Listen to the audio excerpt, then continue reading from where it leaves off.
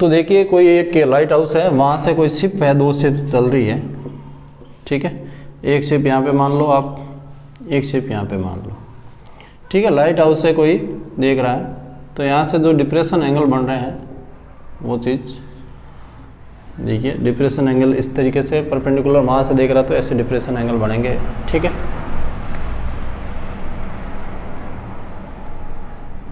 तो इसके साथ बन रहा, वो बन रहा 30 डिग्री और दूसरा बन रहा है 45 डिग्री। इनकी 30 डिग्री बन रहा है तो इसमें बन रहा है, तो यहाँ पे वापस 30 डिग्री जेड बन गया। यहाँ पे देखेंगे तो ये वापस बी जेड बन गया, ठीक है। अब कुछ बच्चे कन्फ्यूज होते हैं कि पास वाला अपन एंगल कैसे करेंगे, कुछ ऐसे गलती हो जाए तो कैसे करेंगे। कुछ बच्चे क्या करते हैं 45 यहाँ लेते हैं, 30 यहाँ लेते हैं। तो देखिए बच्चों, अपन जितना नज़दीक जाएंगे वैसे वैसे एंगल बढ़ता जाएगा। यहाँ जाएंगे तो एंगल बहुत बड़ा हो जाएगा, तो यहाँ जा रहे हैं, यहाँ 30 है तो इधर जा रहे हैं तो 45 होगा, ये ध्यान रखना। तो दोनों इसके बीच में जो डिस्टेंस है शिप के बीच में, वो डिस्टेंस पूछ रहा है। तो और इसकी जो इसकी हाइट है वो 75 मीटर है, अपने को दे रखी है। जो लाइट हाउस है उसकी हाइट कितनी है, 75 मीटर दे रखी है, ठीक है। ये डिस्टेंस हमने को बतानी है। अगर ये 75 मीटर दे रखा है तो यहाँ से 10 30 लगा दूँ, 10 30 बराबर ये पूरा L, ठीक है। 10 30 की वैल्यू कितनी होती है, परपेंडिकुलर अपॉन बेस, बेस कितना है यहाँ पे L। तो 10 30 की वैल्यू होती है 1/√3 इजिकल टू 75 अपॉन L। तो L की वैल्यू आ गई 75 इंटू √3 या 75√3। नेक्स्ट देखिए, इसके अंदर देखिए, तो इसके अंदर क्या हो जाएगा, ये x है तो L माइनस एक्स, ठीक है। या फिर L आ गया अपने पास, तो यहाँ पे 75 माइनस 75√3 माइनस एक्स, ठीक है। तो यहाँ पे थीटा कितना लेता है 45 डिग्री बराबर परपेंडिकुलर अपॉन बेस, परपेंडिकुलर कितना है 75, बेस कितना हो गया 75√3 माइनस एक्स यानी कि L माइनस एक्स। और 10 45 की वैल्यू होती है 1, तो 75 into √3 minus x equal to 75। तो x को उधर ले जाओ, 75 को इधर ले आओ, तो 75√3 माइनस 1 इजिकल टू एक्स। ये क्या है जी, आंसर आ गया, ठीक है। देखिए एक बार वापस बता देता हूँ, एंगल ऑफ डिप्रेशन होता है जो ये लाइन ऑफ साइट्स बनती है। यहाँ से कोई बेटा आदमी इस शिप को देख रहा है, दोबारा इस शिप को देख रहा है, मतलब शिप एक ही है जो इस तरफ आ रही है, ठीक है। अब यहाँ से या फिर यहाँ पे शिप रुकी हुई है, यहाँ पे शिप रुकी हुई है, दोनों चीज़ हो सकती है। तो यहाँ से वो आदमी एक बार इस शिप को देख रहा है, तब तो 30 डिग्री एंगल से देख रहा है, फिर दोबारा आके उसने और झुका के देखी, 45 डिग्री पे एक और शिप दिख रही थी जिसकी प्रकाश की लाइट उसकी आंखों में जा रही थी, तो लाइन ऑफ साइट से हो गई। अगर ये 30 डिग्री एंगल है तो आपने पढ़ा था कि जेड के अंदर ये 30 डिग्री एंगल है, ये और पैरेलल है तो ये भी 30 डिग्री एंगल होगा। तो ये 30 है तो ये भी 30 होगा, और ये 45 है तो ये भी 45 होगा, ठीक है। मेरे हिसाब से कोई दिक्कत नहीं होनी चाहिए आपको।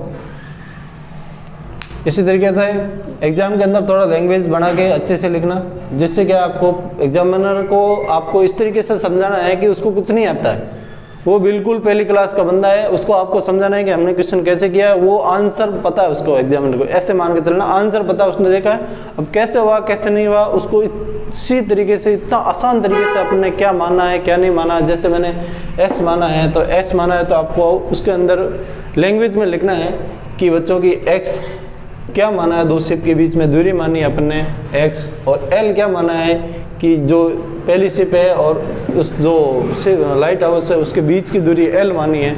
इस तरीके से सारे आपको जो भी कुछ आप ले रहे हो अपनी तरफ से, तो उसको आप उसको डिनोट कराओगे या उसको आप बताओगे कि हमने ये चीज़ें मानी है और ये चीज़ें हमने करी है, और इस तरीके से ये सॉल्व हुआ है, इस तरीके से ये हुआ है, इसने tan थीटा लिया है, tan थीटा की वैल्यू ये आई है। स्टेप कहीं पे भी चुका के सीधा आंसर नहीं लिखना है, अपने को पॉइंट टू पॉइंट लिखना है। मैं समझाने के नज़रिए से थोड़ा स्टेप बाय स्टेप चुका के लिख रहा हूँ, क्योंकि मैं स्टेप से स्टेप ले नहीं सकता, इतना टाइम अपने पास है नहीं, ठीक है। नेक्स्ट आगे बढ़ते हैं अपन। एक लास्ट क्वेश्चन और करवा देता हूँ, ठीक है, उसके बाद में ये 9 चैप्टर पूरा हो जाएगा अपना।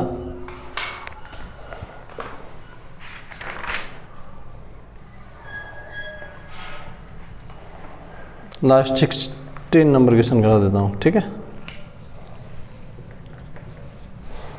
The angle of elevation of the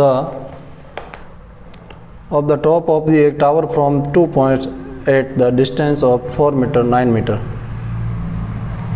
from the base of tower and the same straight line with it is complementary, prove that the height of tower is 6 meter।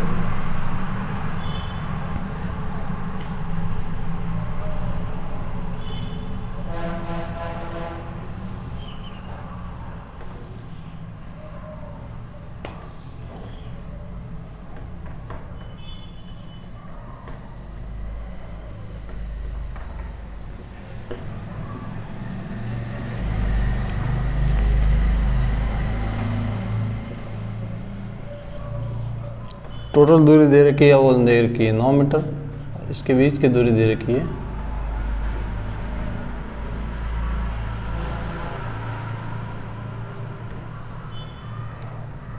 D. और एक चीज़ अपने को यहाँ पे बोल रखी है कि इसकी जो हाइट है वो कितनी 6 मीटर है। आंसर इसने पहले ही बता दिया है कि 6 मीटर है। और अपने को ये बताया है, एक ये चीज़ बताई है कि जो एंगल है इन दोनों के बीच में वो कॉम्प्लीमेंट्री एंगल है। कॉम्प्लीमेंट्री एंगल का मतलब होता है उन दो एंगलों का सम 90 डिग्री। एक एंगल थीटा है तो दूसरा एंगल 90 माइनस थीटा होगा। कहने का मतलब एक एंगल 30 है तो दूसरा एंगल 60 होगा। एक एंगल 45 में तो 45 दोनों 45 हो जाएंगे। फिर एक एंगल 15 है तो दूसरा कितना हो जाएगा 90 में से 15 गए कितने बच गए 75। इस तरीके से एंगल कॉम्प्लीमेंट होने का मतलब यह है कि उन दोनों एंगलों का सम कितना होना चाहिए 90 डिग्री। तो आइए दोस्तों देखिए, अब अपने ये एक कोई पोल है उससे 2 पॉइंट बन रहे हैं, तो एक पॉइंट डिस्टेंस कितनी है 4 मीटर है, दूसरे पॉइंट की डिस्टेंस कितनी है 9 मीटर है, ठीक है। हाइट दे रखी है, हाइट भी ये बता रही है पोल की हाइट 6 मीटर है। ये अपने को प्रूव करना है। क्या करना है? प्रूव करना है। तो अपन क्या लेते हैं, यहाँ से tan थीटा की वैल्यू क्या आ गई, tan थीटा बराबर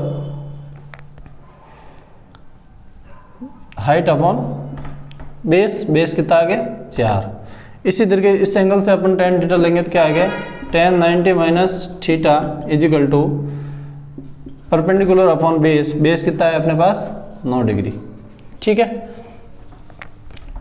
tan 90 माइनस थीटा, tan किस में कन्वर्ट हो जाएगा थीटा माइनस करने पर कोट थीटा में, कोट थीटा h अपॉन 9, ठीक है। अब इन दोनों को क्या करते हैं अपन स्क्वायर करते हैं।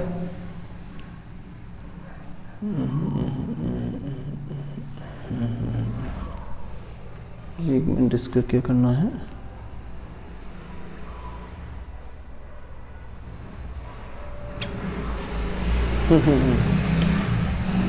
अब एक चीज़ यहाँ पे एक और चीज़ आएगी, tan theta into cot theta करते हैं, tan theta into cot theta. तो देखिए इसका वैल्यू 1 आएगी। वो कैसे आएगी मैं बताता हूँ। tan थीटा को क्या लिख सकते हैं sin theta upon cos theta, और कोट थीटा को क्या लिख सकते हैं cos theta upon sin theta. Cos theta से कोस थीटा गया, sin थीटा से sin थीटा गया, तो इनकी वैल्यू कितनी होगी 1 आ गई। तो इन दोनों का मल्टीप्लाई कितना होगा 1 होगा। तो h upon 4 multiply h upon 9 equal to 1। तो ऊपर क्या हो गया h स्क्वायर, नीचे क्या हो गया 9 चौक 36 1। तो h स्क्वायर की वैल्यू इजिकल टू में क्या आ जाएगी 36, h की वैल्यू कितनी आएगी 6। हेंस प्रूफ हो गया। बस यही पता करना था कि अपने बॉल की जो हाइट है वो कितनी है 6 है, और एग्जाम में भी यही पूछा है कि प्रूफ करना है अपने को। तो यही इसी में भी एक और होता है sin थीटा और cosec theta. Is equal to 1 होता है मल्टीप्लाई में। क्यों होता है? साइन थीटा और कोसेक थीटा को 1 अपॉन कोस साइन थीटा लिखते हैं तो ये 1 हो जाएगा। इसी तरीके से cos theta into sec theta की वैल्यू भी 1 होती है, ठीक है। इसी तरीके से tan theta into cot theta is equal to 1 होता है,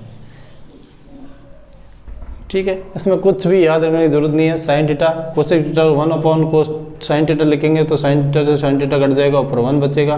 कोस थीटा को कोस थीटा ऐसे कैसे 1 अपॉन सेक थीटा को सेक थीटा क्या लिखेंगे 1 अपॉन कोस थीटा का वैल्यू 1 आ जाएगी। टेन थीटा को tan theta 1 upon tan theta is equal to tan theta क्या 1 हो जाएगा, ठीक है।